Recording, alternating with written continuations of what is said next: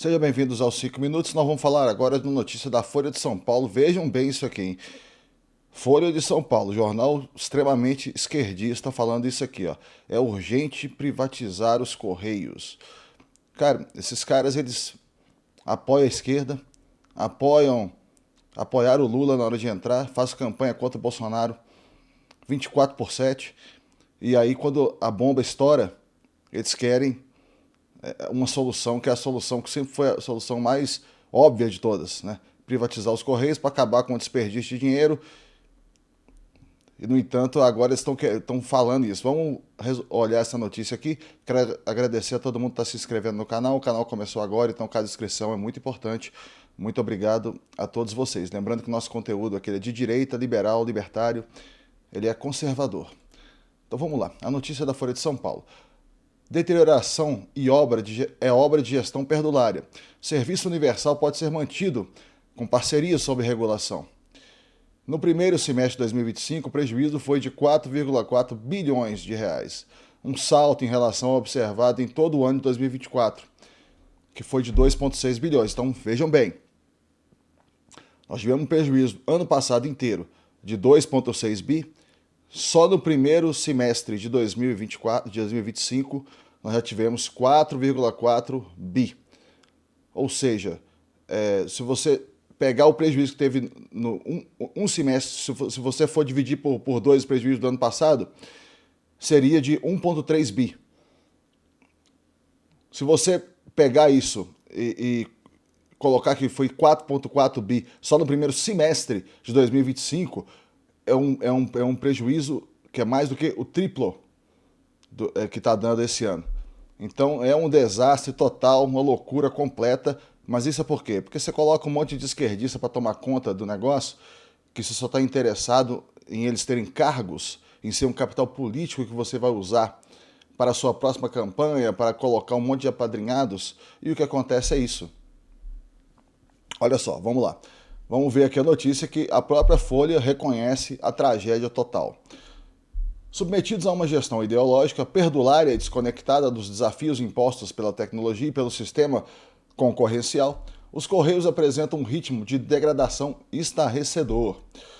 No primeiro semestre de 2025, o prejuízo chegou a 4,4 bilhões de reais, um salto em relação ao rombo observado em todo o ano de 2024, que foi, como eu falei, de 2,6 bilhões. Em comparação com o mesmo período do ano passado, a receita caiu de 9,5 para 8,9 bilhões. Então, se vocês forem analisar no quesito receita, é lógico que uma queda é uma questão ruim. Porém, a queda não foi proporcional ao aumento do rombo. Né? Nós tivemos uma queda de 600 milhões, dentro de um universo que anteriormente era de 9,5 bi, passou para 8,9. Porém, o rombo triplicou em relação ao prejuízo do ano passado. Os custos administrativos subiram de 1,2 bilhão para 3,4 bilhão. Ou seja, custos administrativos. Isso tem tudo a ver com a questão dos cargos. E as despesas com precatórios dispararam para 1,6 bilhão, alta de quase 500%. O quadro que revela inchaço burocrático e investimentos mal planejados já motivou a aprovação de uma comissão parlamentar de inquérito no Senado e fez com que o presidente da estatal, Fabiano Silva dos Santos, pedisse demissão em julho, ou seja, um pouco mais de um mês ele pediu demissão. Mas sua saída não foi formalizada, porque o governo não tem substituto. Gente, vocês imaginem só a loucura que é isso, porque mesmo sendo um cargo aonde a pessoa vai ganhar um dinheiro gigantesco, eles não conseguem colocar um substituto porque a bomba é tão grande. Ou seja, a questão que está lá para ser resolvida é uma encrenca tão grande, e a pessoa que entrar já sabe que ela entraria com a responsabilidade de resolver o problema, que você nem consegue colocar um substituto, você não tem ninguém para colocar lá. Vejam bem que coisa louca uma gestão petista, o que é. Não convence a tentativa de Fernando Haddad, ministro da Fazenda, de atribuir o prejuízo aos custos de manutenção do Serviço Postal Universal, como entregas em áreas remotas. Ele argumentou que a quebra do monopólio deixou os concorrentes com a melhor fatia do mercado. Porém, gente, o que que ocorre? Essa questão é uma questão totalmente falsa, essa questão que o Haddad afirmou. Porque o que acontece é o seguinte, dentro do governo Bolsonaro, deu lucro. Simples como isso. Então você não tem que fugir da questão da forma que ele está fazendo. Eu vou colocar aqui a fala dele para que vocês observem o absurdo completo. Perguntar sobre as estatais, né, que registraram um déficit de 2 bilhões agora em julho. Qual é a avaliação que o senhor faz? Por que as estatais estão dando tanto prejuízo depois de terem dado lucro em anos anteriores? Olha, nós temos basicamente um problema nos Correios hoje. Os Correios hoje inspiram cuidado. Por quê? Porque houve a quebra do monopólio, né? Houve a quebra do monopólio, e hoje o Correio está com um passivo de ter que entregar as cartas, né, para quem usa ainda o Correio nas regiões mais remotas do país. Você mandar uma carta de São Paulo para o interior da Amazônia, o Correio vai lá e entrega pelo valor do selo, e aquilo ali não se paga. Imagina, não tem como você pagar com o selo mandar uma carta física, né, para o interior de uma região longínqua do país. Então, o Correio tem um problema estrutural, que é o enorme subsídio daquilo que ficou para ele. Porque quem concorre com o Correio não tem nenhuma obrigação de entregar a carta. Ele só faz pelo preço que compensa. Então, olha a situação paradoxal que nós criamos. Quebrou-se o monopólio, o Correio ficou com uma obrigação e ele não tem funding para custear o subsídio. Mas a mudança da lei nas estatais não está relacionada a isso, não? Não. Enquanto todos os concorrentes do Correio vão pegando o filé mignon, claro, a picanha, e vão deixando o Correio com o osso, para o qual ele não tem recursos para subsidiar. Então esse é o problema que o Correio está enfrentando, que é um problema também estrutural. Ele está tentando se reinventar, mas hoje a concorrência internacional, inclusive em relação aos Correios, é monstruosa. Monstruosa. Ministro, com esses marketplaces, Mercado Livre, Amazon, todos eles. E a saída para a sobrevivência qual é? Está se discutindo agora, mas é uma questão importante. A MGI, que é o Ministério da Gestão e Inovação. Então vocês veem que ele sai pela tangente e, na verdade, ele não explica nada, né? Não explica nada porque essa colocação dele cai por terra com a seguinte questão.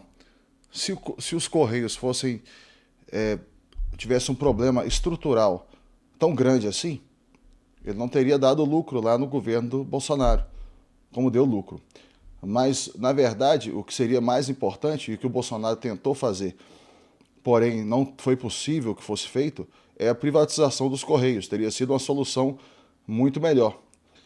Vamos acabar de ler a reportagem, eu quero falar um pouco sobre essa questão da privatização aqui com vocês. Caberia lembrar que o modelo de privatização elaborado pelo BNDES em 2021 previa o desmembramento das atividades em entregas de maior porte e logística complexa, de um lado, e serviços postais de outro. Esses últimos continuariam pública e passariam por nova concessão, com a manutenção da universalidade, veto ao fechamento de agências em áreas remotas e tarifas acessíveis reguladas pelo Estado. O modelo propunha parcerias privadas para injetar eficiências, sem abandonar o compromisso social e os rincões. A ideia, baseada em experiências internacionais bem-sucedidas, era maximizar o valor da franquia dos Correios para o contribuinte e evitar a morte lenta, ou rápida, no caso da gestão petista, de uma estrutura calcificada. Mas Lula descartou qualquer nova privatização antes mesmo que tomasse posse. E agora colhe fracasso. Urge retomar o processo de privatização da companhia. Com deteriorização acelerada, adiar a venda só agravará as perdas, exigindo mais aportes públicos. Uma coisa que é importante a gente comentar aqui é o seguinte. Anteriormente à gestão do Bolsonaro, para você privatizar qualquer empresa estatal que existisse, bastava o posicionamento do executivo. Bastava o executivo selecionar a empresa que iria ser privatizada, fazer o leilão e tudo mais e tal. Quando entrou o Bolsonaro, como ele entrou com uma tendência claramente desestatizante, o que ocorreu?